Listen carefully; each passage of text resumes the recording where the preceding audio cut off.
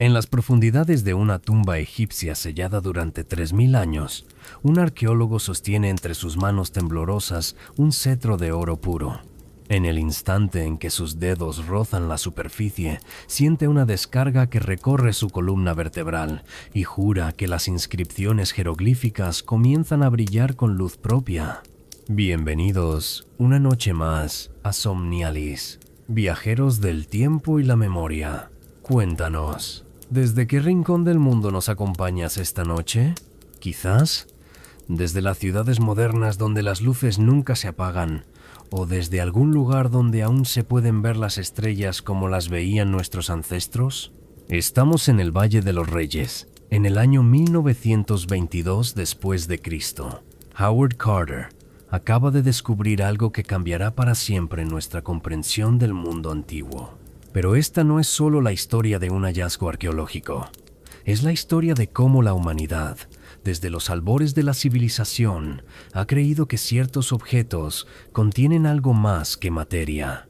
Poder, magia, divinidad, destino. Esta noche exploraremos los objetos más misteriosos y poderosos que la historia antigua nos ha legado. Viajaremos desde los templos de Mesopotamia hasta los palacios de China, desde las pirámides de Egipto hasta los santuarios de Mesoamérica. Descubriremos espadas que elegían reyes, espejos que revelaban verdades ocultas, máscaras que transformaban a simples mortales en dioses vivientes.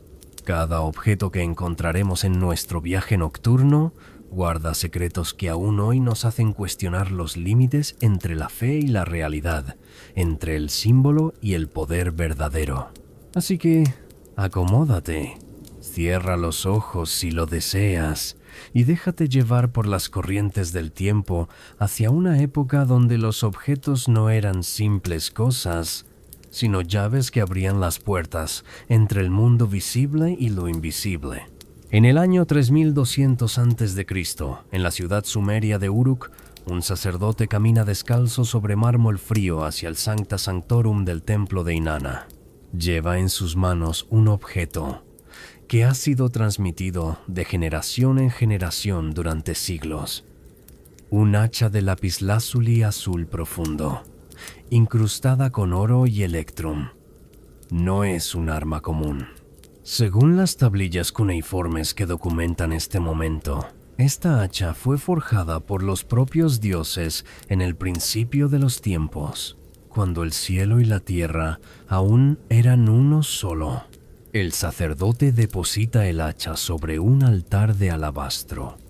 A su alrededor, incienso de cedro del Líbano llena el aire con humo espeso y aromático. 52 sacerdotes menores cantan himnos en sumerio, sus voces reverberando contra las paredes decoradas con escenas de la creación del mundo. Este ritual se repite cada luna nueva, porque el pueblo de Uruk cree firmemente que si el hacha sagrada no recibe las ofrendas apropiadas, la diosa Inanna retirará su protección de la ciudad y el caos primordial regresará. Esta escena, reconstruida a partir de excavaciones arqueológicas realizadas en el yacimiento de Uruk durante el siglo XX, nos revela algo fundamental. La humanidad antigua no veía los objetos como meras posesiones materiales. Para las civilizaciones de Mesopotamia, Egipto, China y las Américas, ciertos objetos trascendían su forma física.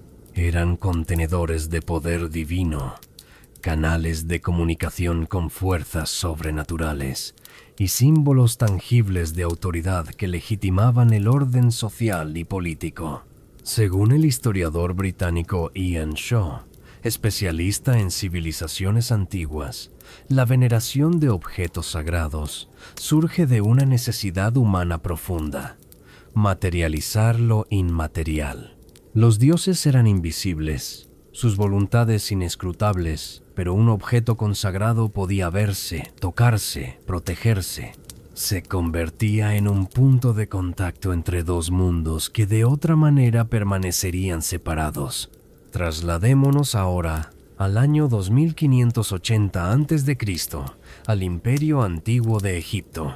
En la necrópolis de Saqqara, los artesanos reales están completando la tumba de un faraón cuyo nombre el tiempo ha borrado.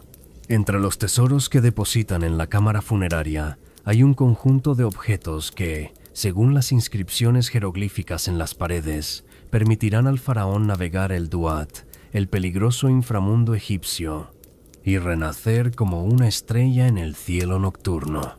Uno de estos objetos es particularmente fascinante. Un amuleto con forma de escarabajo, tallado en esteatita verde y cubierto con lámina de oro. En su base plana se han grabado fórmulas mágicas del libro de los muertos. Este no es un simple amuleto decorativo. Para los egipcios, este objeto posee Heka, la fuerza mágica primordial que los dioses utilizaron para crear el universo.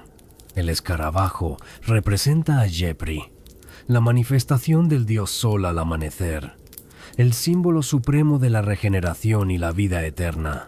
Las excavaciones dirigidas por el arqueólogo francés Jean-Philippe Lauer en Saqqara durante los años 50 y 60 del siglo XX revelaron miles de estos amuletos en tumbas de todos los estratos sociales egipcios.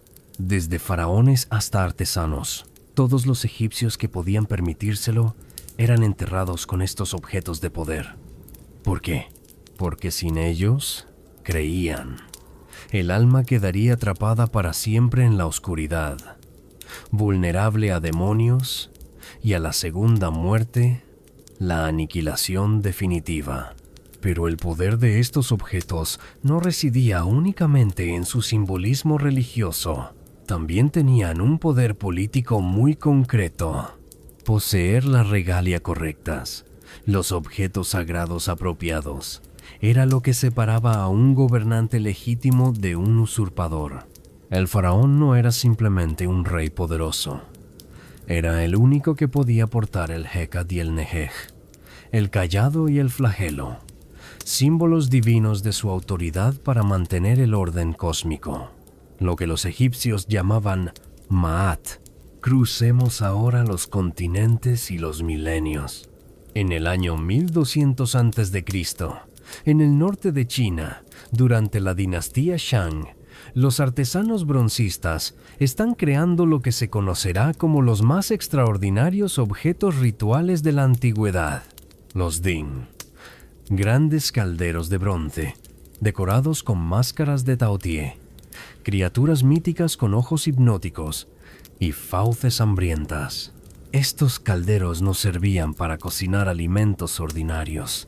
Según las inscripciones en huesos oraculares descubiertas en Anyang, la capital Shang, estos recipientes se utilizaban para preparar ofrendas a los ancestros y a las deidades. Cada linaje noble poseía su propio conjunto de Ding, y el tamaño y la ornamentación del caldero reflejaban directamente el estatus político y espiritual de la familia. El historiador chino Li Feng, de la Universidad de Columbia, explica que estos objetos cumplían una función crucial en la cosmología china antigua. Mantenían la armonía entre el mundo de los vivos y el de los muertos. Los ancestros, desde el más allá, protegían a sus descendientes y les otorgaban buena fortuna, pero solo si recibían las ofrendas apropiadas, servidas en los recipientes sagrados correctos. Un Ding agrietado o perdido era una catástrofe que podía traer desgracia a toda una familia durante generaciones. Pero había un objeto aún más poderoso en el repertorio ritual chino: el jade. Para los antiguos chinos, el jade no era simplemente una piedra preciosa, era la sustancia de la inmortalidad misma. Los emperadores eran enterrados en trajes completos, hechos de placas de jade cosidas con hilo de oro, creyendo que esta piedra preservaría sus cuerpos y permitiría que su espíritu ascendiera al cielo. El jade se consideraba tan poderoso que existían objetos específicos de jade para cada función ritual. El bi, un disco circular que representaba el cielo.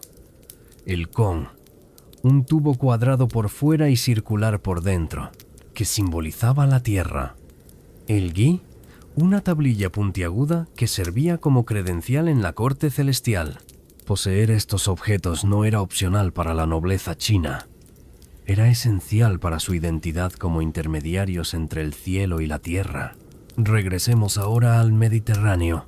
En el año 1400 a.C., en la isla de Creta, en el palacio de Cnosos, los sacerdotes minoicos están realizando un ritual frente a un objeto misterioso, un labris, un hacha de doble filo hecha de bronce y decorada con espirales de oro. Este objeto aparece representado por todas partes en el arte minoico, a veces sostenido por sacerdotisas, otras veces flotando mágicamente sobre altares. Los arqueólogos que excavaron Cnosos, liderados por Arthur Evans, a principios del siglo XX, encontraron docenas de estos labris, algunos tan grandes que claramente no podían ser armas funcionales. Eran objetos puramente ceremoniales, símbolos del poder divino de la gran diosa minoica, cuyo nombre verdadero se ha perdido en el tiempo. El hacha de doble filo representaba el ciclo de la vida y la muerte, la dualidad inherente a toda existencia. ¿Qué nos dicen todos estos objetos, dispersos por culturas y milenios? Nos revelan una verdad fundamental sobre la psicología humana antigua. El poder necesitaba ser visible, tangible, transferible. Un rey podía morir, pero su corona continuaba. Un sacerdote podía fallecer, pero el cetro sagrado permanecía. Los objetos de poder se convertían en hilos de continuidad que atravesaban generaciones, legitimando el orden social y proporcionando estabilidad en un mundo donde todo lo demás era efímero y caótico. El antropólogo francés Claude Lévi-Strauss argumentó que estos objetos funcionaban como lo que él llamaba significantes flotantes. Símbolos cuyo significado exacto era menos importante que su capacidad para organizar y dar sentido al mundo. El hacha sagrada de Inanna, el amuleto escarabajo del faraón, el caldero de bronce Shang, el labris minoico, todos cumplían la misma función esencial: transformar el caos en cosmos. Hacer que el poder invisible se volviera visible, permitir que los mortales se comunicaran con lo divino. Y así, en templos, palacios y tumbas de todas las civilizaciones antiguas, estos objetos de poder se multiplicaron, cada uno con su propia historia, su propia magia, su propio papel en el drama cósmico que la humanidad representaba noche tras noche, generación tras generación. En el año 800 a.C., en las montañas de Judea, un joven pastor llamado David se encuentra en la tienda del profeta Samuel. El anciano vierte aceite consagrado sobre la cabeza del muchacho, pero no es cualquier aceite. Según el libro de Samuel, es el Shemen HaMishcha, el aceite de la unción sagrada, preparado según una fórmula revelada directamente por Dios a Moisés en el monte Sinaí. Contiene mirra, canela, cálamo aromático, casia y aceite de oliva, en proporciones exactas que nunca debían alterarse. Este acto de ungir a David con el aceite sagrado no es simplemente simbólico. Para los hebreos antiguos, este momento transforma literalmente a David. El Espíritu de Dios desciende sobre él en ese instante. Ya no es un simple pastor. Se ha convertido en el Mashiach, el ungido, el que posee la autoridad divina para gobernar al pueblo elegido. Sin esta unción con el objeto sagrado correcto, preparado de la manera correcta, ningún rey de Israel sería legítimo. Esta idea, que ciertos objetos materiales pueden transferir poder político y espiritual, se encuentra en el corazón de todas las monarquías antiguas. Pero no todos los objetos de poder real eran líquidos místicos. Algunos eran mucho más tangibles, y sus historias son aún más extraordinarias. Trasladémonos al año 752 después de Cristo, a la ciudad de Aquisgrán, en el corazón del Imperio Carolingio. El Papa Esteban II está colocando una corona sobre la cabeza de Pipino el Breve, padre de Carlomagno. Esta no es una corona ordinaria fabricada por orfebres francos. Según las crónicas de la época, esta corona contiene fragmentos de hierro procedentes de las cadenas que supuestamente aprisionaron a San Pedro en Roma. Para los cristianos de la época, esto significa que la corona está imbuida del poder espiritual del primer papa, del sucesor directo de Cristo. El simbolismo es perfecto y políticamente calculado. Pipino no gobierna simplemente por la fuerza de sus ejércitos, sino por voluntad divina, transmitida a través de un objeto sagrado que conecta directamente con los orígenes del cristianismo. Este principio, que los historiadores llaman la legitimación religiosa del poder secular, se convirtió en el fundamento de todas las monarquías europeas durante más de 1000 años. Pero quizás ningún objeto de poder real ha capturado tanto la imaginación colectiva como las espadas legendarias. En el año 1200 después de Cristo, en Alemania, los emperadores del Sacro Imperio Romano Germánico portaban en sus ceremonias de coronación una espada conocida como la Reichsschwert, la espada imperial. No era simplemente un arma, era uno de los Reichskleinodien, las joyas imperiales que se creía contenían el poder legítimo para gobernar todo el imperio. Pero esta espada tenía un origen aún más extraordinario. Según la leyenda inscrita en su vaina, había sido forjada con hierro de un meteorito caído del cielo, mezclado con fragmentos de la lanza que atravesó el costado de Cristo durante la crucifixión. Verdaderas o no, estas historias cumplían una función política crucial. Elevaban la espada más allá de lo mundano, la convertían en un objeto que unía el poder terrenal con el celestial. El historiador alemán Percy Ernst Schramm, quien estudió exhaustivamente las insignias imperiales medievales, argumentó que estos objetos funcionaban como lo que podríamos llamar cristalizaciones del poder. No representaban simplemente la autoridad del emperador. De alguna manera mística, contenían esa autoridad. Perderlos en batalla o por robo no era simplemente una pérdida material, era una crisis de legitimidad que podía derribar dinastías enteras. Crucemos ahora el mundo hacia Japón. En el año 660 a.C., según la mitología japonesa, la diosa del sol Amaterasu entregó a su nieto, el primer emperador del Japón, 3 objetos sagrados que se conocerían como los Sanshu no Genji, las 3 reliquias imperiales. El Kusanagi no Tsurugi, una espada encontrada en la cola de un dragón de 8 cabezas. El Yata no Kagami, un espejo de bronce que refleja la verdad divina. Y el Yasakani no Magatama, una joya con forma de garra que representa la benevolencia imperial. Estos objetos nunca se muestran públicamente. Ni siquiera el emperador puede verlos directamente. Residen en santuarios separados, custodiados por sacerdotes sintoístas. El espejo se guarda en el gran santuario de Ise, reconstruido cada 20 años, siguiendo un ritual de 1300 años de antigüedad.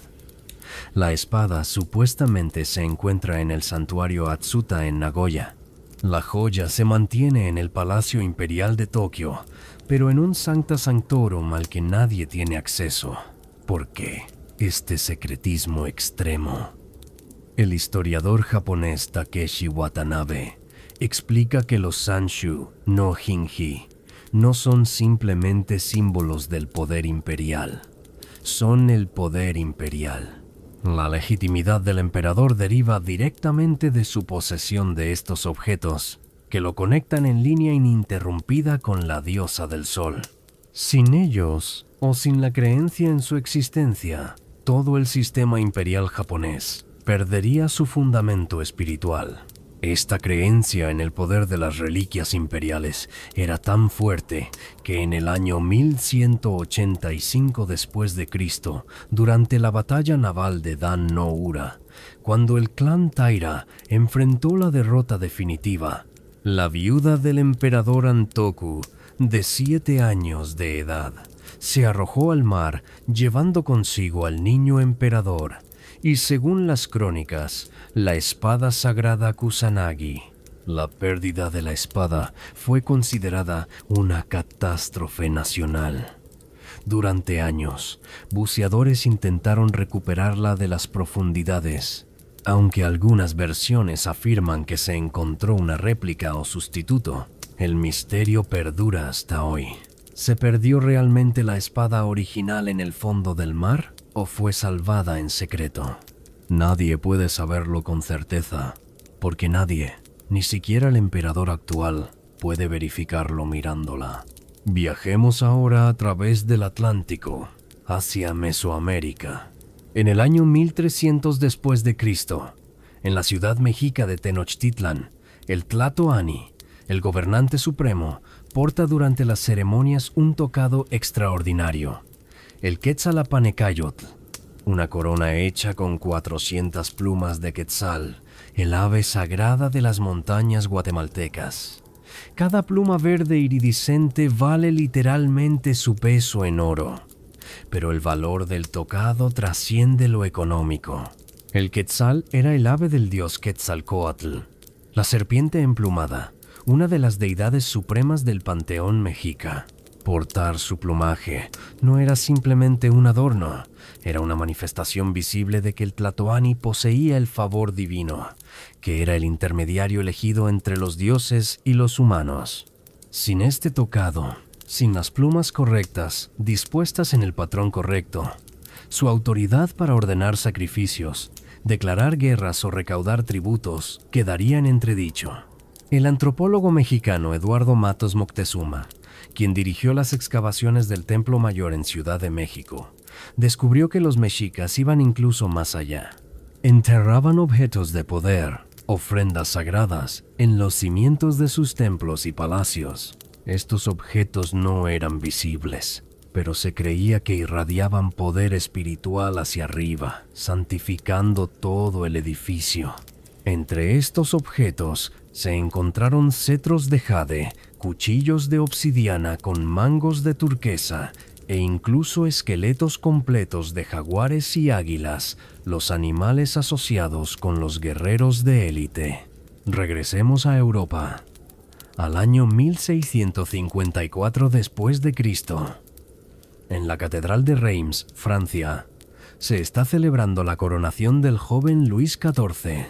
El momento crucial de la ceremonia llega cuando el arzobispo unge al nuevo rey con el aceite de la Santa Ampolla, una reliquia que supuestamente contiene el óleo santo traído del cielo por una paloma durante el bautismo de Clodoveo, el primer rey franco-cristiano, en el año 496 después de Cristo. Este aceite, conservado durante más de 1200 años, se considera literalmente una sustancia celestial. Al ser ungido con él, Luis XIV no solo se convierte en rey de Francia, adquiere el poder de hacer milagros, específicamente el poder de curar la escrófula, una enfermedad de la piel, simplemente tocando a los enfermos. Este toque real, documentado en miles de casos a lo largo de los siglos, era considerado prueba irrefutable del origen divino de la monarquía francesa. El historiador Marc Bloch, en su obra fundamental Los Reyes Taumaturgos, documentó que esta creencia en el poder milagroso transmitido por objetos sagrados no era superstición popular ignorante, sino dogma oficial respaldado por la Iglesia Católica y defendido por los intelectuales más brillantes de cada época. Incluso filósofos racionalistas tenían dificultades para negar totalmente estos fenómenos, porque estaban respaldados por testimonios de testigos respetables. ¿Qué poder real tenían estos objetos?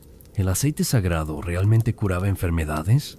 ¿Las coronas transferían autoridad divina? Desde nuestra perspectiva moderna, es tentador descartar todo esto como superstición. Pero esa sería una interpretación superficial.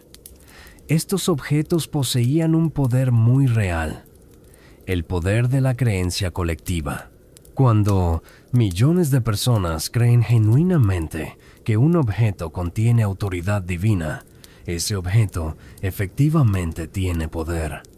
Puede legitimar gobiernos, iniciar guerras, mantener el orden social durante siglos. Los objetos de poder real no necesitaban magia sobrenatural para funcionar. Su magia era social, psicológica, política, y en muchos sentidos, esa magia era más poderosa y duradera que cualquier hechizo imaginario. No todos los objetos de poder pertenecían a templos y palacios. En el año 500 a.C., en una pequeña aldea a orillas del Nilo, una madre egipcia ata un collar alrededor del cuello de su hijo pequeño. El collar está hecho de hilo de lino rojo, y de él cuelga un pequeño amuleto de faenza azul con forma de ojo. El Udiat, el ojo de Horus.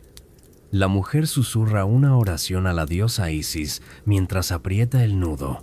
Este amuleto, cree ella, protegerá a su hijo del mal de ojo, de las enfermedades, de los espíritus malignos que acechan en la oscuridad. Este gesto, multiplicado por millones de veces a lo largo de miles de años en todas las culturas del mundo antiguo, revela una verdad profunda. La creencia en objetos de poder no era privilegio exclusivo de reyes y sacerdotes. Las personas comunes también buscaban desesperadamente formas de protegerse en un mundo que percibían como peligroso y lleno de fuerzas invisibles hostiles. Las excavaciones en necrópolis populares de todo el mundo antiguo han revelado que prácticamente todos los individuos, independientemente de su clase social, eran enterrados con al menos un amuleto protector. Estos pequeños objetos eran considerados tan esenciales para la supervivencia en el más allá, como la comida y el agua lo eran en vida. Viajemos ahora a Roma, al año 150 después de Cristo. En una taberna cerca del foro, un soldado recién licenciado de las legiones muestra orgullosamente a sus compañeros de bebida un pequeño falo de bronce que lleva colgado al cuello. Los demás ríen y hacen bromas obscenas, pero el soldado los interrumpe con seriedad.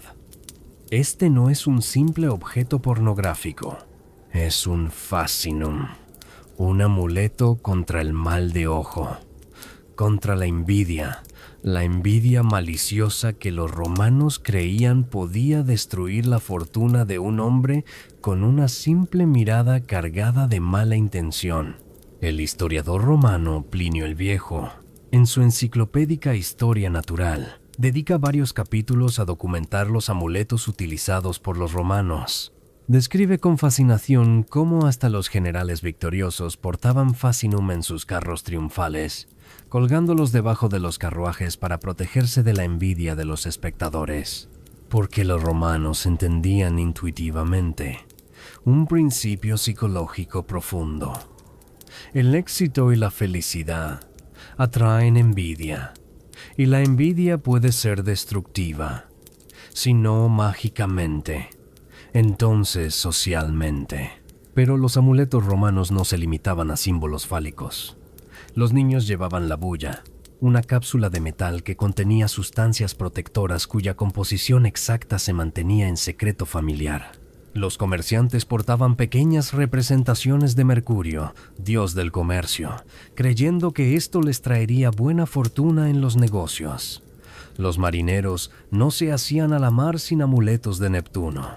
Y los soldados, además del fascinum, llevaban medallones con la imagen de su dios favorito, frecuentemente Marte, pero también dioses exóticos de las provincias conquistadas. Porque en materia de protección mágica, los romanos eran pragmáticamente sincréticos. Más dioses significaba más protección.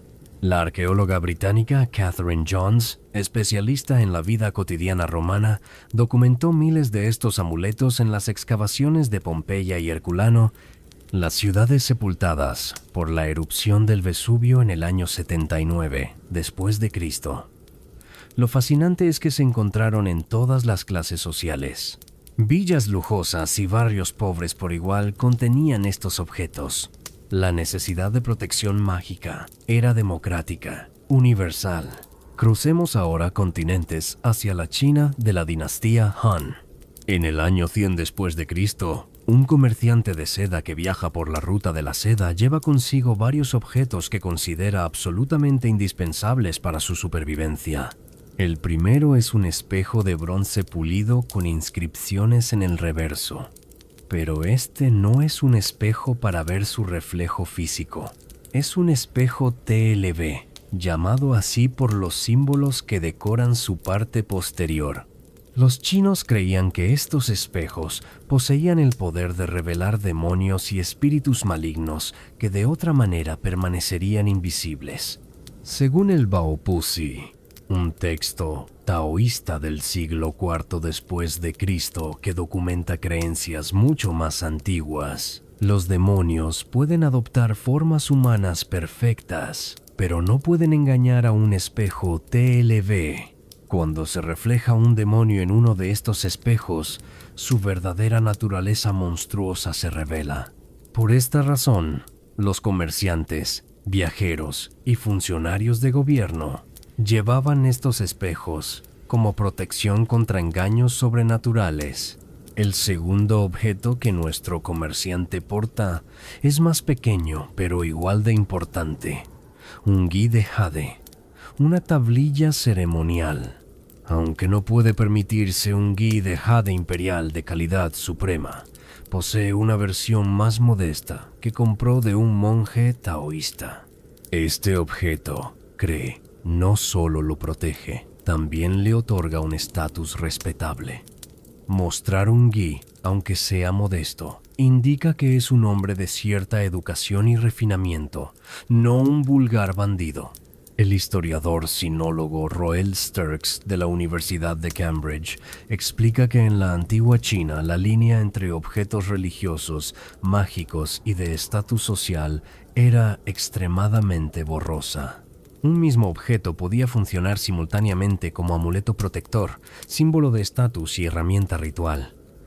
Esta multifuncionalidad hacía que los objetos de poder fueran aún más valiosos y deseados. Viajemos ahora hacia el norte, a Escandinavia. En el año 800 después de Cristo, un guerrero vikingo se prepara para zarpar en una expedición de saqueo hacia las costas de Inglaterra. Antes de partir, su esposa le entrega algo que ha estado tejiendo durante semanas. Una pequeña bolsa de cuero que contiene una runa tallada en hueso.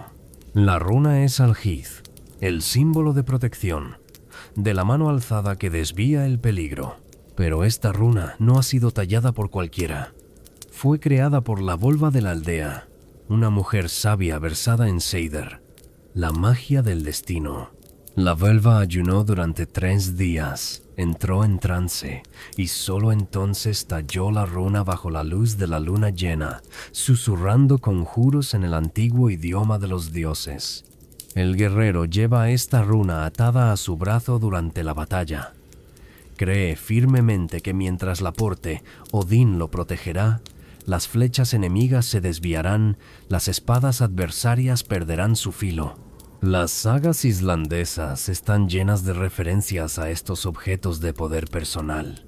En la saga de Egil Skallagrímson, el héroe utiliza runas para neutralizar venenos, sanar enfermedades y maldecir enemigos. En la saga de Grettir, el protagonista encuentra una espada mágica en un túmulo funerario, y este descubrimiento cambia completamente su destino. Los vikingos creían profundamente que los objetos correctos, adquiridos de la manera correcta, podían alterar el Örlög, el destino tejido por las nornas. El arqueólogo sueco Neil Price, especialista en magia vikinga, documentó cientos de tumbas escandinavas que contienen lo que él llama kits de viaje al más allá, colecciones de amuletos, herramientas mágicas y armas simbólicas diseñadas para ayudar al difunto a navegar el peligroso camino hacia Valhalla o Hel. Estos objetos incluyen martillos de Thor en miniatura, dados de hueso para consultar el destino, y pequeñas sillas portátiles que algunos investigadores creen eran utilizadas por Volvas para realizar Seidr. Crucemos ahora el Atlántico hacia Mesoamérica. En el año 1100 después de Cristo, un artesano maya de Chichén Itzá está tallando cuidadosamente un pequeño colgante de jade. La forma es específica. Representa a Kinichahau, el dios sol con sus ojos cuadrados característicos. Este colgante ha sido encargado por una familia de comerciantes que lo necesita para proteger a su hijo durante un largo viaje comercial hacia las tierras altas guatemaltecas. Pero el proceso de creación no es simplemente artesanal. El tallador debe seguir rituales específicos. Debe ayunar mientras trabaja. Debe quemar copal, la resina sagrada, para purificar el jade. Debe tallar en días específicos del calendario ritual de 260 días, el Tzolk'in. Y cuando el amuleto está completo, un sacerdote debe animarlo mediante una ceremonia que infunde el objeto con Ku, la esencia sagrada que lo transforma de simple piedra en contenedor de poder divino. El epigrafista estadounidense David Stewart, quien ha dedicado décadas a descifrar inscripciones mayas, descubrió que muchos objetos mayas llevan textos que describen su nacimiento o despertar. Los mayas no consideraban que los objetos de poder fueran creados por artesanos humanos. En cambio, creían que los artesanos simplemente revelaban la forma que el espíritu del objeto deseaba manifestar en el mundo material. Regresemos al Mediterráneo, pero esta vez al mundo helenístico. En el año 200 a.C., en Alejandría, Egipto, un filósofo neoplatónico está preparando lo que los griegos llamaban un filacterion, un amuleto protector. Este no es un simple talismán popular. Es un objeto sofisticado que combina filosofía, astrología, alquimia y magia hermética. El filacterion consiste en una pequeña cápsula de plata que contiene un papiro enrollado.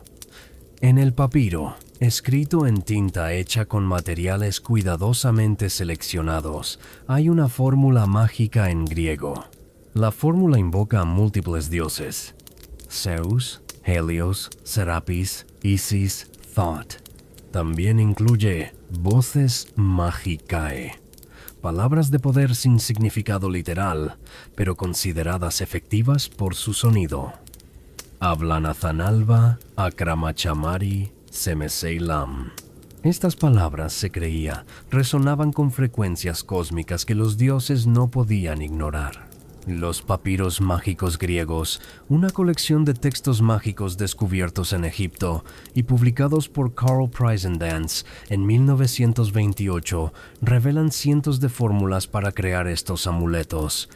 Hay amuletos para atraer el amor, para obtener victoria en juicios legales, para causar o curar enfermedades, para tener sueños proféticos, para volverse invisible, para obligar a los dioses a obedecer.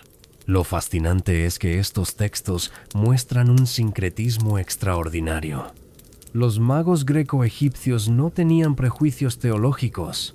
Invocaban con igual entusiasmo a dioses griegos, egipcios, judíos, persas y babilonios. Utilizaban el nombre hebreo de Dios, Yahweh, junto a Osiris, Mitra y Ahura Mazda. Lo que importaba no era la ortodoxia religiosa, sino la efectividad mágica. El historiador de las religiones Hans-Dieter Betz argumenta que este sincretismo revela algo profundo sobre la mentalidad antigua. Para la mayoría de las personas, la religión no era principalmente una cuestión de fe o creencias abstractas, sino una tecnología práctica para manipular las fuerzas invisibles que controlaban sus vidas. Los objetos de poder eran las herramientas de esta tecnología espiritual. Y así, desde las orillas del Nilo hasta las costas de Escandinavia, desde las aldeas chinas hasta las ciudades mayas, millones de personas comunes confiaban sus vidas, sus esperanzas y sus miedos a pequeños objetos materiales que creían conectaban el mundo visible con lo invisible, lo humano con lo divino, el presente vulnerable con un futuro más seguro. En el año 70 después de Cristo, las legiones romanas del general Tito están saqueando Jerusalén. Soldados ensangrentados arrastran desde el templo destruido objetos de incalculable valor sagrado. La menorá de oro de 7 brazos, la mesa de los panes de la proposición, las trompetas de plata que anunciaban el año nuevo judío. Pero hay un objeto que los soldados no encuentran. A pesar de buscar por todas partes, con desesperación, porque Tito ha prometido una recompensa extraordinaria a quien lo localice, el Arca de la Alianza, el contenedor de oro puro que, según la tradición hebrea, albergaba las tablas de piedra con los 10 mandamientos entregados por Dios a Moisés en el monte Sinaí. El arca no es simplemente un objeto sagrado. Según los textos bíblicos, es literalmente la morada terrestre de Yahweh, el lugar donde Dios desciende para comunicarse con su pueblo elegido. Tocarla sin autorización divina causa muerte instantánea. Mirarla directamente puede cegar o volver loco. Y en batalla, su mero transporte otorga victoria garantizada a los ejércitos israelitas, como cuando las murallas de Jericó se derrumbaron al sonido de las trompetas mientras el arca era llevada alrededor de la ciudad. Pero en el año 70 después de Cristo, el arca ha desaparecido. ¿Cuándo? Nadie lo sabe con certeza. La última mención definitiva en las escrituras hebreas es durante el reinado de Josías, alrededor del año 622 a.C. Después de eso, silencio. Fue destruida cuando Nabucodonosor de Babilonia conquistó Jerusalén en el año 586 a.C. Fue escondida por sacerdotes judíos que previeron la destrucción. Fue llevada a Etiopía, como afirma la tradición de la Iglesia Ortodoxa Etíope, que hasta hoy mantiene que el arca original se encuentra en la iglesia de Santa María de Sion en Aksum, guardada por un monje solitario, que es el único con permiso para verla. El arqueólogo británico Graham Hancock dedicó años a investigar esta posibilidad, documentada en su libro El misterio del arca sagrada. Aunque sus conclusiones siguen siendo controvertidas en la comunidad académica, su investigación revela algo fascinante. La búsqueda del arca nunca cesó. Desde los caballeros templarios en la Edad Media hasta exploradores del siglo XX, incontables expediciones han intentado localizarla. ¿Por qué esta obsesión persistente? Porque el arca representa algo más que un artefacto histórico. Simboliza un poder absoluto, la conexión directa con lo divino. Pero el arca no es el único tesoro legendario desaparecido. Viajemos ahora a Grecia, al año 479 a.C. El rey persa Jerjes ha invadido Grecia con un ejército masivo. En Atenas, los ciudadanos evacúan la ciudad en pánico. Pero los sacerdotes de la diosa Atenea enfrentan un dilema terrible. Deben proteger el objeto más sagrado de Atenas, el Paladio, una pequeña estatua de madera de la propia diosa que, según la leyenda, cayó del cielo en los tiempos míticos de Troya. Esta estatua no era grande ni particularmente valiosa en términos materiales. Pero los atenienses creían con absoluta certeza que mientras el Paladio permaneciera en la ciudad, Atenas nunca podría ser conquistada. Era el talismán protector supremo. Cuando los persas finalmente entraron en Atenas y quemaron la Acrópolis, los sacerdotes ya habían escondido el Paladio en un lugar secreto. Después de la victoria griega, fue devuelto a su lugar de honor, O eso dice la tradición, porque aquí está el problema. Las fuentes antiguas dan versiones contradictorias sobre el Palladio. Algunas afirman que el original nunca estuvo en Atenas, sino en Troya, desde donde fue robado por Odiseo y Diomedes, y eventualmente llevado a Roma por Eneas.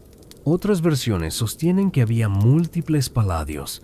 Cada ciudad griega importante afirmaba poseer el verdadero. Y otras más sugieren que el Palladio era tan sagrado que ningún humano vivo jamás lo había visto realmente.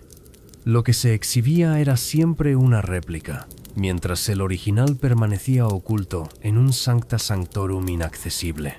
El clasicista italiano Giulio Gianelli argumenta que esta ambigüedad era deliberada. El poder del Palladio no residía en su materialidad verificable, sino en la creencia colectiva en su existencia. Mientras la gente creyera que la ciudad estaba protegida por el talismán divino, su moral y cohesión social permanecían intactas. Destruir esa creencia habría sido más devastador que cualquier ejército invasor.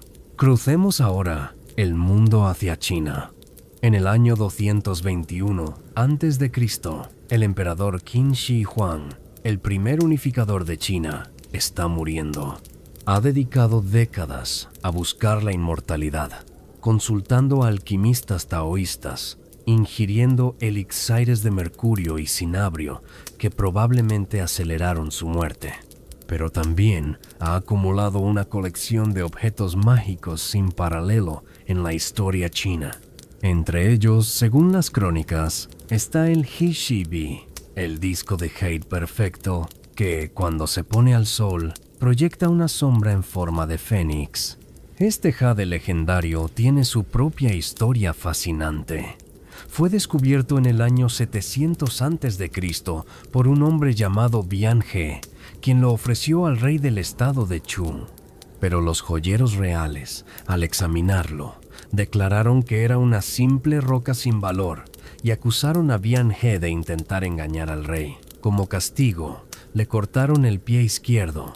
Años después, Bian He intentó nuevamente con un nuevo rey, y esta vez le cortaron el pie derecho. Solo cuando un tercer rey, conmovido por el sufrimiento del hombre mutilado, ordenó que se tallara la piedra, se reveló en su interior el jade más perfecto jamás visto. El He Shi Bi se convirtió en el símbolo supremo de la autoridad imperial. Según la tradición, fue transformado en el sello imperial de China, el objeto que legitimaba a cada nueva dinastía. Poseer este sello significaba poseer el mandato del cielo. Durante más de 1000 años, el sello pasó de dinastía en dinastía. Pero en el año 940 después de Cristo, durante el caos que siguió a la caída de la dinastía Tang, el sello desapareció. Se perdió en circunstancias misteriosas, posiblemente destruido, posiblemente robado, posiblemente aún oculto en alguna tumba imperial no descubierta. El historiador chino Sima Guang, en su monumental Jiqi Tongjian del siglo XI, dedica considerable espacio a documentar las búsquedas del sello perdido. Emperadores subsecuentes intentaron crear nuevos sellos, pero nunca tuvieron la misma legitimidad. Algunos historiadores argumentan que la pérdida del He Shi Bi contribuyó a la fragmentación política crónica de China en los siglos siguientes, porque ninguna dinastía podía afirmar poseer el símbolo supremo de autoridad celestial. Viajemos ahora al mundo islámico medieval. En el año 1187 después de Cristo, el sultán Saladino ha reconquistado Jerusalén de los cruzados. Sus soldados buscan en la iglesia del Santo Sepulcro algo que los cristianos valoran más que oro o joyas: fragmentos de la Vera Cruz, la cruz de madera en la que Jesucristo fue crucificado. Según la tradición cristiana, Santa Elena, madre del emperador Constantino, descubrió la cruz original en Jerusalén en el año 327 después de Cristo. Para verificar su autenticidad, hizo que la madera tocara a un hombre muerto, quien inmediatamente resucitó. Desde entonces, la Vera Cruz se convirtió en la reliquia más preciada de la cristiandad. Fue dividida en cientos de fragmentos que se distribuyeron por toda Europa y el Medio Oriente. Cada fragmento, se creía, retenía el poder milagroso del conjunto original. Los cruzados llevaban fragmentos en relicarios ornamentados a la batalla, creyendo que hacían invencibles a los ejércitos cristianos. En 1187, en la catastrófica batalla de los Cuernos de Hattin, Saladino derrotó completamente al ejército cruzado. Entre los tesoros capturados estaba el relicario que contenía el fragmento más grande de la Vera Cruz que los cruzados habían llevado a Tierra Santa. Saladino lo envió a Damasco como trofeo y luego desapareció. Algunas fuentes islámicas sugieren que fue destruido deliberadamente. Otras afirman que fue escondido o vendido. Nadie sabe con certeza. El medievalista francés Jacques Le Goff señala la ironía histórica. Para los musulmanes, la cruz era simplemente un pedazo de madera vieja, sin poder intrínseco. Pero para los cristianos, su pérdida fue un golpe psicológico devastador que algunos historiadores consideran un factor que contribuyó al eventual fracaso de las cruzadas. Una vez más, el poder del objeto residía no en su materialidad, sino en el significado que los creyentes le atribuían. Crucemos el Pacífico hacia Polinesia. En los mitos de Hawái se habla de Kamanu o Lono, el bastón ceremonial del dios Lono, que supuestamente poseía el poder de controlar las lluvias y asegurar cosechas abundantes. Este bastón era llevado en procesiones durante el festival de Makahiki, que celebraba el retorno cíclico de Lono. Cuando el capitán James Cook llegó a Hawái en 1779, algunos hawaianos lo identificaron con el dios Lono retornando, en parte porque su llegada coincidió con el festival de Makahiki. Después del trágico asesinato de Cook en una playa hawaiana, muchos objetos sagrados hawaianos desaparecieron, dispersados por comerciantes europeos, misioneros que los consideraban ídolos paganos y coleccionistas que no entendían su significado. El bastón de Lono, si realmente existió como objeto físico y no solo como concepto mítico, se encuentra entre los objetos perdidos. El antropólogo hawaiano Samuel Kamakau, escribiendo en el siglo XIX, lamentaba cómo la llegada de los occidentales había resultado en la pérdida o destrucción de incontables objetos de poder hawaianos, cada uno contenedor de mana, la fuerza espiritual que permeaba todas las cosas en la cosmología polinesia. Regresemos una última vez a Europa, a la Francia revolucionaria de 1793. Los sans-culottes radicales han irrumpido en la Basílica de Saint-Denis, el panteón real francés donde han sido enterrados todos los reyes de Francia desde el siglo VII. No vienen simplemente a saquear, vienen a destruir símbolos, profanan tumbas reales, dispersan huesos y se apoderan de objetos sagrados de la monarquía para fundirlos y convertirlos en monedas o armas. Entre los objetos profanados está la Santa Ampolla, el recipiente que contenía el óleo santo utilizado para ungir a los reyes franceses durante más de 1300 años. Un funcionario revolucionario la estrella deliberadamente contra el suelo, declarando que está destruyendo el símbolo de la superstición monárquica. Según el relato oficial, el óleo sagrado se derrama en el polvo y desaparece. La monarquía francesa ha perdido uno de sus objetos de poder más fundamentales. Pero la historia tiene un giro. En 1825, después de la restauración borbónica, se afirma que se han recuperado algunos fragmentos del óleo original, preservados secretamente por un sacerdote leal durante la Revolución. Estos fragmentos se utilizan en 1825 para ungir a Carlos X, el último rey coronado según el rito antiguo. ¿Es auténtico este óleo? ¿O es una falsificación piadosa diseñada para restaurar la legitimidad simbólica de la monarquía? Como con tantos objetos de poder perdidos, la verdad histórica se ha vuelto imposible de determinar, fusionada inextricablemente con mito, fe y necesidad política. Estos objetos perdidos, el Arca de la Alianza, el Paladio, el He-She-Be, la Vera Cruz, comparten un destino común. Su desaparición física solo intensificó su poder simbólico. Mientras permanecieron perdidos, podían ser cualquier cosa que la imaginación humana deseara proyectar sobre ellos. En su ausencia, se volvieron más poderosos que cuando existían visiblemente. En el año 1200 después de Cristo, en la ciudad francesa de Constantinopla, un comerciante veneciano está cerrando un trato extraordinario. Ha pagado una fortuna en oro bizantino por un objeto que, según le aseguran, es auténtico. Un fragmento del hueso de San Juan Bautista, envuelto en seda púrpura dentro de un relicario de plata dorada. El comerciante está extático. Cuando lleve esta reliquia a Venecia, su fortuna está garantizada. Miles de peregrinos pagarán por tocar el relicario, por rezar en su presencia, por obtener bendiciones. La reliquia generará ingresos durante generaciones. Hay solo un pequeño problema. El fragmento de hueso probablemente no pertenece a San Juan Bautista. De hecho, probablemente no es humano en absoluto.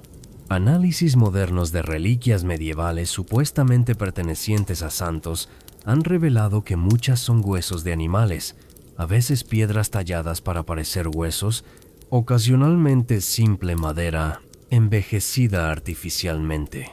El historiador eclesiástico Peter Brown estima que en la Edad Media circulaban por Europa suficientes fragmentos de la Vera Cruz para construir varios barcos completos y suficientes dientes de San Apolinar para llenar varias dentaduras. ¿Significa esto que todos los objetos sagrados eran fraudes? No exactamente. La situación era mucho más compleja y fascinante. Muchas veces, los propios fabricantes de reliquias creían genuinamente en lo que estaban haciendo. El pensamiento medieval sobre la autenticidad era radicalmente diferente del nuestro. Retrocedamos al año 850 después de Cristo, a un monasterio benedictino en Francia. Un monje llamado Frodoardo está preparando una reliquia para su monasterio. El proceso es meticuloso. Primero, viaja a Roma, donde contacta con funcionarios papales corruptos que le venden un fragmento de hueso que supuestamente proviene de las catacumbas donde fueron enterrados los primeros mártires cristianos. Frodoardo no pregunta demasiado. Está satisfecho con la documentación, sellos episcopales que certifican la autenticidad, pero Frodoardo va más allá. No confía solo en la documentación, somete la reliquia a pruebas espirituales, la coloca sobre el altar durante la misa, reza intensamente pidiendo señales divinas, y cuando, durante la noche, un monje enfermo que tocó la reliquia reporta sentirse mejor, Frodoardo lo considera confirmación definitiva de la autenticidad. Para el pensamiento medieval, la prueba del poder milagroso era prueba de autenticidad. Si una reliquia realizaba milagros, entonces era auténtica, independientemente de su origen material real. El teólogo medieval Guibert de Nohant, en su tratado de Pignoribus Sanctorum del siglo XII, expresó profunda incomodidad con este razonamiento circular. Señaló que muchas iglesias afirmaban poseer reliquias mutuamente excluyentes. Varias iglesias tenían la única y auténtica cabeza de San Juan Bautista, lo cual era obviamente imposible. Guibert argumentó que esta proliferación de reliquias falsas dañaba la fe cristiana al exponer la credulidad de los fieles, pero la voz de Guibert era minoritaria. Para la mayoría de la gente medieval, el poder espiritual de una reliquia trascendía cuestiones de autenticidad material. Si una reliquia inspiraba devoción genuina, si curaba enfermos, si atraía peregrinos cuyas oraciones eran contestadas, entonces cumplía su función sagrada independientemente de su origen físico verdadero. Esta actitud nos resulta desconcertante, pero tiene su propia lógica interna. Viajemos ahora a Bizancio, al año 1100 después de Cristo. El emperador Alejo I Comneno enfrenta un problema. Su legitimidad política está siendo cuestionada. Necesita demostrar que posee el favor divino. La solución: descubre milagrosamente en los sótanos del Palacio Imperial una reliquia olvidada, un fragmento de la túnica de la Virgen María. Este descubrimiento es casi con certeza una fabricación, organizada por funcionarios imperiales que compraron una tela antigua en el mercado y la presentaron como la reliquia perdida. Pero una vez que el emperador declara su autenticidad y la iglesia la bendice formalmente, la reliquia se vuelve funcionalmente auténtica. Genera el poder espiritual y político que se esperaba de ella. Peregrinos acuden a venerarla. El prestigio del emperador aumenta. Desde una perspectiva pragmática, ¿importa realmente si la tela tocó alguna vez a María de Nazaret? Crucemos continentes y culturas hacia la India del siglo XII después de Cristo. Un mercader de reliquias budistas está vendiendo lo que afirma son dientes de Buda a monasterios de Sri Lanka y el sudeste asiático. Según la tradición budista, cuando Buda fue incinerado después de alcanzar el nirvana final, sus dientes sobrevivieron milagrosamente las llamas. Estos dientes se convirtieron en objetos de veneración suprema, cada uno construyéndose templos magníficos para albergarlos. El problema: la tradición habla de 4 dientes originales, pero docenas de templos en todo el mundo budista afirman poseer el auténtico diente de Buda. El erudito budista moderno John Strong documentó al menos 40 reclamaciones diferentes. ¿Son todos falsos? Probablemente la mayoría lo son.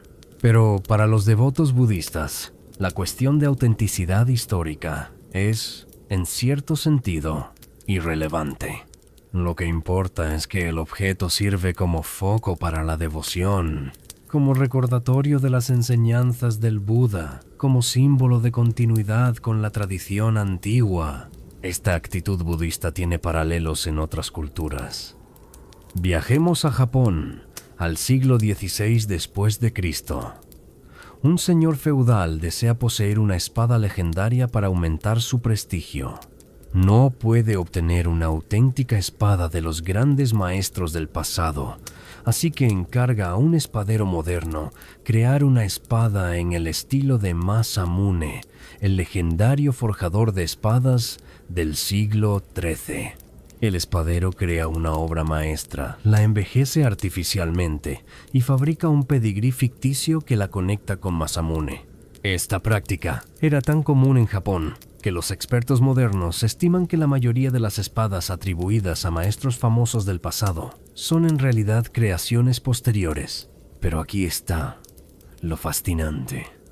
Muchas de estas falsificaciones son obras maestras por derecho propio, creadas por artesanos extraordinariamente hábiles. Son falsas en cuanto a atribución, pero auténticas en cuanto a calidad y poder simbólico. El especialista en espadas japonesas Walter Compton argumenta que en la cultura samurái una espada no derivaba su poder primariamente de la identidad de su creador, sino del linaje de guerreros que la habían portado. Una espada que había visto 30 batallas, que había sido transmitida de padre a hijo durante generaciones, poseía un poder espiritual acumulado independientemente de quién la forjó originalmente. La falsificación del nombre del herrero era, en cierto sentido, secundaria frente a esta realidad más profunda. Regresemos a Europa, ahora al Renacimiento italiano. En Florencia, 1450 después de Cristo, un joven artista llamado Michelangelo Buonarroti ha creado una estatua en estilo antiguo. La ha enterrado artificialmente para envejecerla y la ha vendido como una auténtica escultura romana. Cuando el engaño es descubierto, en lugar de destruir su reputación, paradójicamente la mejora. Los coleccionistas quedan impresionados por su habilidad para imitar tan perfectamente el estilo antiguo. Algunos comienzan a encargar deliberadamente falsificaciones de Michelangelo, pagando precios elevados por su capacidad de recrear la grandeza del pasado. Este incidente revela algo importante sobre el Renacimiento. La línea entre falsificación y homenaje artístico era deliberadamente borrosa. Los artistas renacentistas no solo querían imitar a los antiguos, querían revivir su espíritu creativo. Una falsificación exitosa era, en cierto sentido, la prueba suprema de que habían logrado este objetivo. Viajemos ahora a un contexto muy diferente. El África Occidental del siglo XVII. Los colonizadores europeos están saqueando objetos sagrados de los palacios de Benín. Entre los tesoros capturados hay elaboradas placas de bronce que documentan la historia del reino. Pero los europeos no se dan cuenta de que algunas de estas placas son mucho más recientes de lo que parecen. Los artesanos de Benín han estado creando nuevas placas históricas continuamente, no para engañar, sino porque en su concepción del tiempo y la historia, recrear el pasado era una forma de mantenerlo vivo, de asegurar que su poder continuara influenciando el presente. El antropólogo nigeriano Babatunde Lawal explica que en muchas culturas africanas tradicionales, la distinción occidental entre original auténtico y reproducción posterior no tiene el mismo significado. Un objeto nuevo creado siguiendo métodos tradicionales y consagrado mediante rituales apropiados posee la misma autenticidad espiritual que un objeto antiguo. La edad física no es lo que confiere poder, es la correcta ejecución del proceso ritual. Este principio encuentra ecos en culturas de todo el mundo. En el antiguo Egipto, las estatuas de dioses no se consideraban representaciones de los dioses. Mediante la ceremonia de la apertura de la boca, las estatuas se convertían en moradas actuales de las deidades.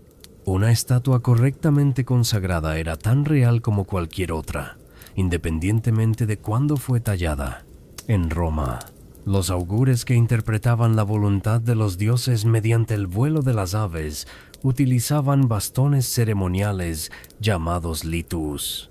Estos bastones tenían que ser creados siguiendo especificaciones exactas transmitidas desde tiempos inmemoriales.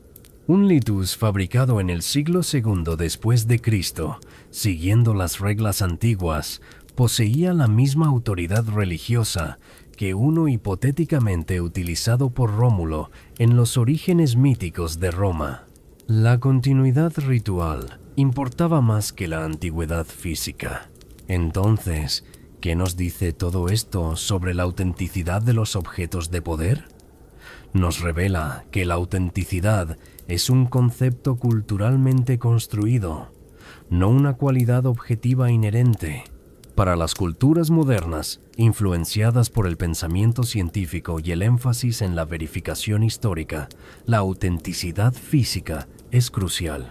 Pero para la mayoría de las culturas humanas a lo largo de la historia, la autenticidad era una cualidad mucho más fluida y multidimensional. Un objeto podía ser auténtico en múltiples niveles. Auténtico en su consagración ritual. Auténtico en su capacidad de generar poder espiritual.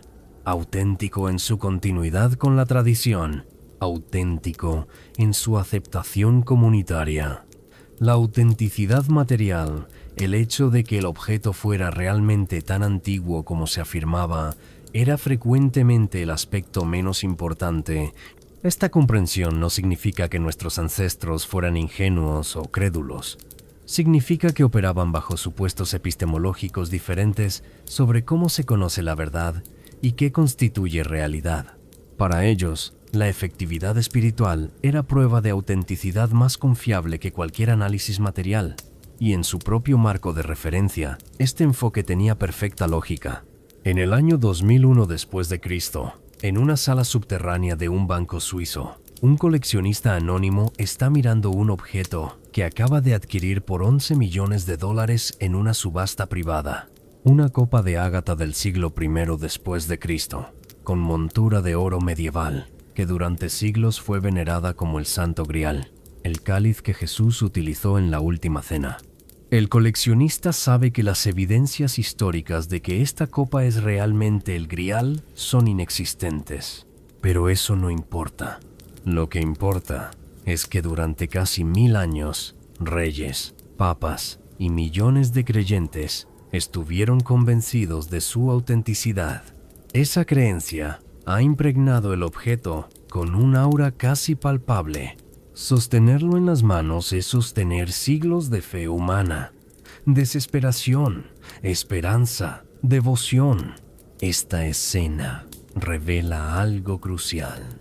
Incluso en nuestro mundo moderno, supuestamente secular y científico, los objetos de poder antiguo siguen ejerciendo una fascinación extraordinaria.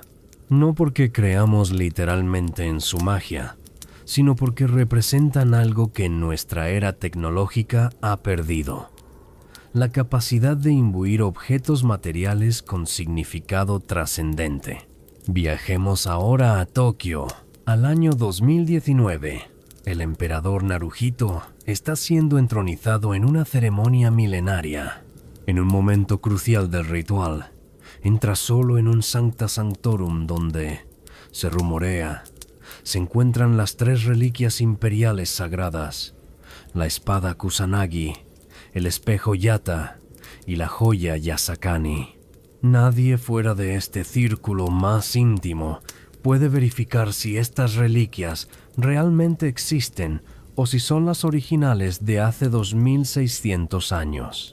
Pero su supuesta presencia sigue legitimando la continuidad de la institución imperial más antigua del mundo.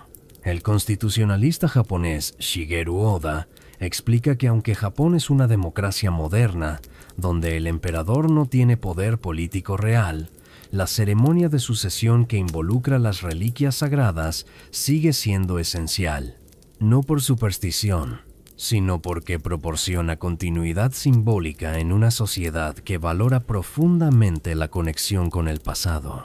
Las reliquias son el hilo dorado que une el presente tecnológico con los orígenes míticos de la nación.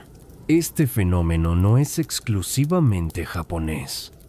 En Londres, las joyas de la corona británica, custodiadas en la Torre de Londres, atraen millones de visitantes cada año. Estos objetos, algunos con siglos de antigüedad, siguen siendo utilizados en coronaciones reales.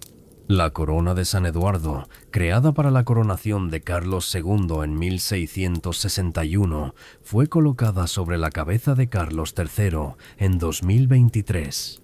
¿Por qué esta continuidad en plena era moderna? El antropólogo cultural Victor Turner argumentaría que estos rituales involucrando objetos antiguos son lo que él llama dramas sociales, performance mediante los cuales las sociedades reafirman sus valores fundamentales y renuevan su cohesión colectiva. Los objetos no necesitan poder mágico real. Su poder radica en su capacidad de evocar emoción, crear conexión, proporcionar estabilidad simbólica en un mundo de cambio constante. Pero el legado de los objetos de poder antiguos va más allá de monarquías y rituales estatales, penetra profundamente en la psicología moderna. En el año 2015, arqueólogos israelíes anunciaron el descubrimiento de pequeños cilindros de piedra caliza en Jerusalén. Análisis químicos revelaron que estos cilindros contenían residuos de aceites aromáticos, mirra, canela y cálamo. Los investigadores concluyeron que habían encontrado evidencia del aceite de unción sagrada descrito en la Biblia, el Shemen HaMishcha, que se usaba para consagrar sacerdotes y reyes. El anuncio generó titulares mundiales. ¿Por qué? Porque incluso en nuestra era secular, la posibilidad de conexión física con narrativas sagradas antiguas ejerce un poder emocional extraordinario. No es necesario creer literalmente en la santidad del aceite para sentir un escalofrío imaginando que estos cilindros fueron tocados por sacerdotes del primer templo hace 2500 años. Este fenómeno, que el psicólogo Paul Bloom llama esencialismo, es la tendencia humana profundamente arraigada a creer que los objetos retienen algo de la esencia de sus propietarios o usuarios anteriores. Estudios experimentales han demostrado que las personas valoran mucho más un objeto si creen que perteneció a alguien famoso, incluso si el objeto es físicamente idéntico a otros. Una guitarra que perteneció a un músico legendario se vende por millones, mientras que una guitarra idéntica del mismo fabricante vale solo miles. La diferencia no está en el objeto físico, sino en su historia, en las manos que lo tocaron. Esta es precisamente la misma psicología que hacía que los antiguos egipcios valoraran los amuletos tocados por faraones, que los romanos pagaran fortunas por espadas de generales famosos, que los peregrinos medievales viajaran miles de kilómetros para tocar las reliquias de santos. La tecnología ha cambiado, pero la psicología humana fundamental permanece constante. Viajemos ahora a un contexto muy diferente: el mercado de arte contemporáneo. En 2017, una pintura de Leonardo da Vinci, el Salvator Mundi, se vendió por $450 millones, el precio más alto jamás pagado por una obra de arte. Pero aquí está lo fascinante. Muchos expertos cuestionan si la pintura es realmente de Leonardo o principalmente de asistentes de su taller, con solo retoques del maestro.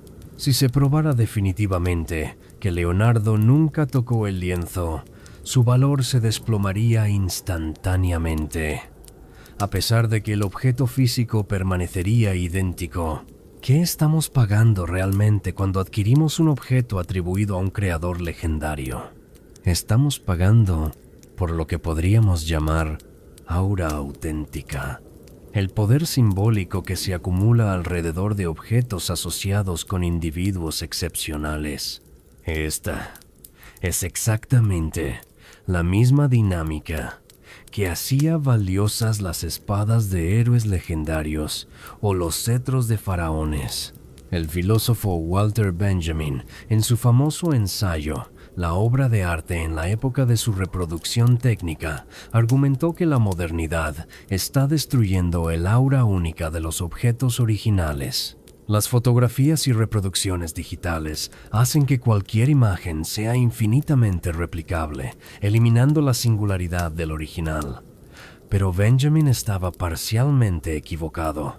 El auge del mercado de NFTs, tokens no fungibles, que certifican digitalmente la originalidad de archivos digitales, por lo demás, idénticos a copias, demuestra que los humanos desesperadamente queremos que algunos objetos, incluso objetos puramente digitales, sean únicos y especiales. Un NFT de una imagen de Internet que cualquiera puede ver gratuitamente se vende por millones porque viene con un certificado de autenticidad blockchain. Esto no tiene sentido desde una perspectiva puramente racional, pero tiene perfecto sentido desde una perspectiva antropológica histórica. Estamos replicando en el reino digital la misma dinámica de objetos de poder que ha existido durante milenios. El NFT es el amuleto moderno, el objeto que tiene valor no por su materialidad, sino por la creencia colectiva en su singularidad. Consideremos también el fenómeno de los museos modernos. El Museo Británico en Londres alberga la piedra de Rosetta, el objeto que permitió descifrar los jeroglíficos egipcios. Millones de personas hacen fila anualmente para ver esta piedra. ¿Pero qué están viendo realmente? Una piedra con inscripciones que la mayoría no puede leer. Las inscripciones han sido traducidas y están disponibles gratuitamente en Internet. Podríamos examinar fotografías de alta resolución desde casa. Entonces, ¿por qué viajar para ver el objeto físico? Porque hay algo en la presencia física del objeto, en la idea de estar en el mismo espacio que esta piedra tallada hace más de 2000 años, que ninguna reproducción puede replicar. Estamos participando en un ritual secular de peregrinación, no diferente, fundamentalmente de los peregrinos medievales que viajaban para estar en presencia de reliquias sagradas. Hemos reemplazado el contexto religioso con uno educativo y cultural, pero el impulso psicológico subyacente es idéntico. El museólogo británico Simon Knell argumenta que los museos modernos son esencialmente templos seculares donde veneramos objetos no por su poder divino, sino por su poder de conectarnos con el pasado, de hacernos sentir parte de una narrativa humana más amplia. Los objetos en los museos son reliquias seculares, cada uno con su aura de autenticidad, su certificación de procedencia, su poder de evocar el pasado tangiblemente. Pero el legado de los objetos de poder antiguos también tiene aspectos más oscuros en el mundo moderno. El saqueo de artefactos arqueológicos es una industria multimillonaria. Sitios antiguos en Irak, Siria, Egipto y Mesoamérica han sido devastados por saqueadores que alimentan el apetito insaciable de coleccionistas ricos. Estos coleccionistas buscan poseer lo que los antiguos reyes poseían. Objetos únicos que confieren estatus, que conectan con el poder del pasado. El arqueólogo británico Colin Renfrew ha documentado cómo el mercado de antigüedades alimenta la destrucción de conocimiento histórico incalculable. Cuando los saqueadores extraen objetos de tumbas y templos antiguos, destruyen el contexto arqueológico que permitiría a los estudiosos entender realmente qué eran estos objetos, cómo se usaban, qué significaban. El objeto se convierte en un fetiche aislado, despojado de su verdadero significado histórico, reducido a mero símbolo de riqueza. Esta es quizás la mayor ironía.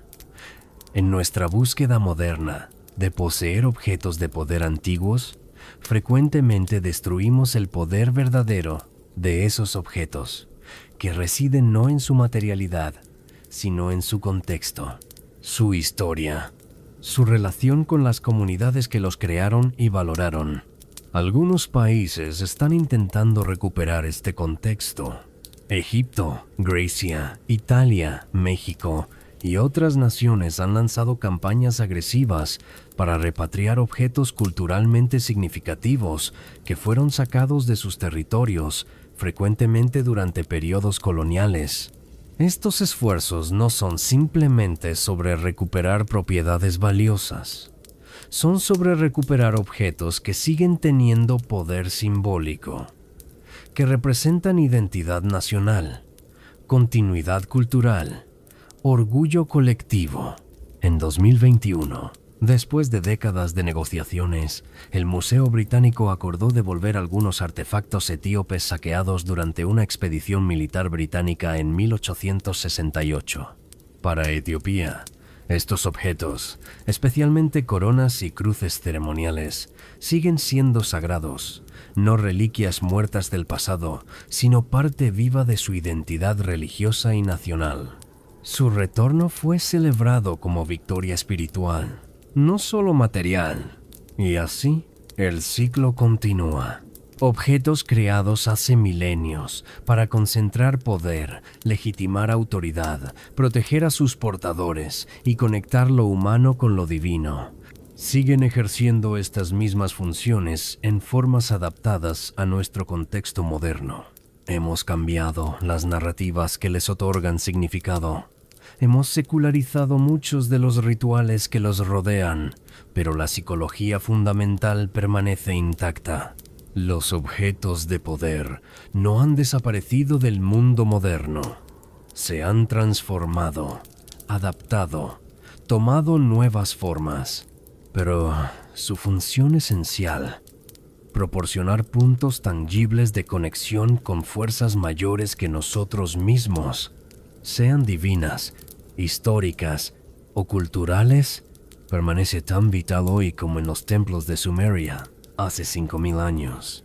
Y así llegamos al final de nuestro viaje a través de los objetos de poder del mundo antiguo. Hemos visitado templos sumerios donde hachas de lapislázuli canalizaban la voluntad de dioses, tumbas egipcias donde amuletos protegían a los muertos en su peligroso viaje hacia la inmortalidad, palacios chinos donde calderos de bronce mantenían la conexión vital entre vivos y ancestros. Hemos visto cómo coronas transformaban pastores en reyes ungidos por la divinidad, cómo espadas portaban el destino de imperios, cómo objetos perdidos se volvían más poderosos en su ausencia que en su presencia. Hemos explorado el complejo mundo de la falsificación y la autenticidad, descubriendo que para la mayoría de las culturas humanas, la autenticidad espiritual importaba más que la verificación material. Y hemos observado cómo estos objetos antiguos, o su memoria, siguen resonando en nuestro mundo moderno de formas que quizás no reconocemos conscientemente, pero que influencian profundamente cómo valoramos objetos, cómo construimos identidad, cómo nos conectamos con el pasado. ¿Qué nos enseñan todos estos objetos sobre la naturaleza humana? Nos revelan algo fundamental. Los humanos somos criaturas que necesitamos desesperadamente significado. No podemos vivir en un universo de pura materialidad, de objetos que son simplemente átomos organizados sin propósito o conexión más profunda. Necesitamos transformar el mundo material en un mundo simbólico, llenar objetos con historias, imbuirlos con poder que trasciende su forma física. Esta necesidad no es superstición ignorante, es parte esencial de lo que significa ser humano.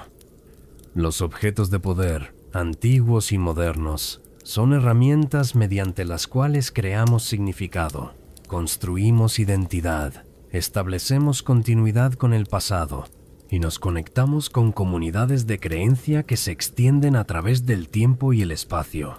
Y ahora, viajeros nocturnos de Somnialis, nos gustaría escuchar de ustedes. ¿Qué objetos en tu propia vida aportan significado especial? Quizás una joya heredada de un abuelo, un libro regalado por alguien importante, un objeto aparentemente simple que para ti contiene memorias preciosas. Comparte tu historia en los comentarios. Y si pudieras viajar al pasado para ver uno de los objetos de poder que exploramos esta noche, ¿cuál elegirías? El Arca de la Alianza, la espada Kusanagi, la menorá de oro del Templo de Jerusalén. Si esta travesía nocturna por los objetos perdidos del mundo antiguo te ha fascinado, considera suscribirte a Somnialis. Cada semana creamos nuevas historias diseñadas para acompañarte en tus noches, para transportarte a épocas distantes donde el mundo funcionaba bajo reglas diferentes, pero donde los humanos, fundamentalmente, eran exactamente como nosotros, buscando significado, protección, conexión con algo mayor que ellos mismos. Y ahora, mientras la noche avanza y este relato llega a su fin, te invitamos a cerrar los ojos. Imagina por un momento que sostienes en tus manos un objeto de poder. Quizás es un amuleto antiguo, pulido por 1000 manos a lo largo de 1000 años. Siente su peso, siente su temperatura y siente, aunque solo sea por un instante, la conexión que te une a todos los humanos que antes de ti sostuvieron objetos similares, que creyeron en su poder, que encontraron en ellos consuelo, esperanza, fuerza, porque en última instancia, los objetos de poder eran y son espejos. Reflejan nuestras esperanzas, nuestros miedos, nuestras necesidades más profundas. Y en eso En su capacidad de mostrar quiénes somos realmente reside su verdadero poder. Tan real hoy como hace 5000 años en los templos de Sumeria, cuando todo esto comenzó. Que descanses bien, viajero del tiempo. Que tus sueños te lleven a templos olvidados y palacios perdidos, donde objetos brillantes esperan en la oscuridad, guardando secretos que quizás nunca conoceremos completamente, pero que siempre nos fascinarán. Hasta la próxima noche en Somnialis. Que los objetos que portas, visibles o invisibles, te protejan y te guíen. Buenas noches.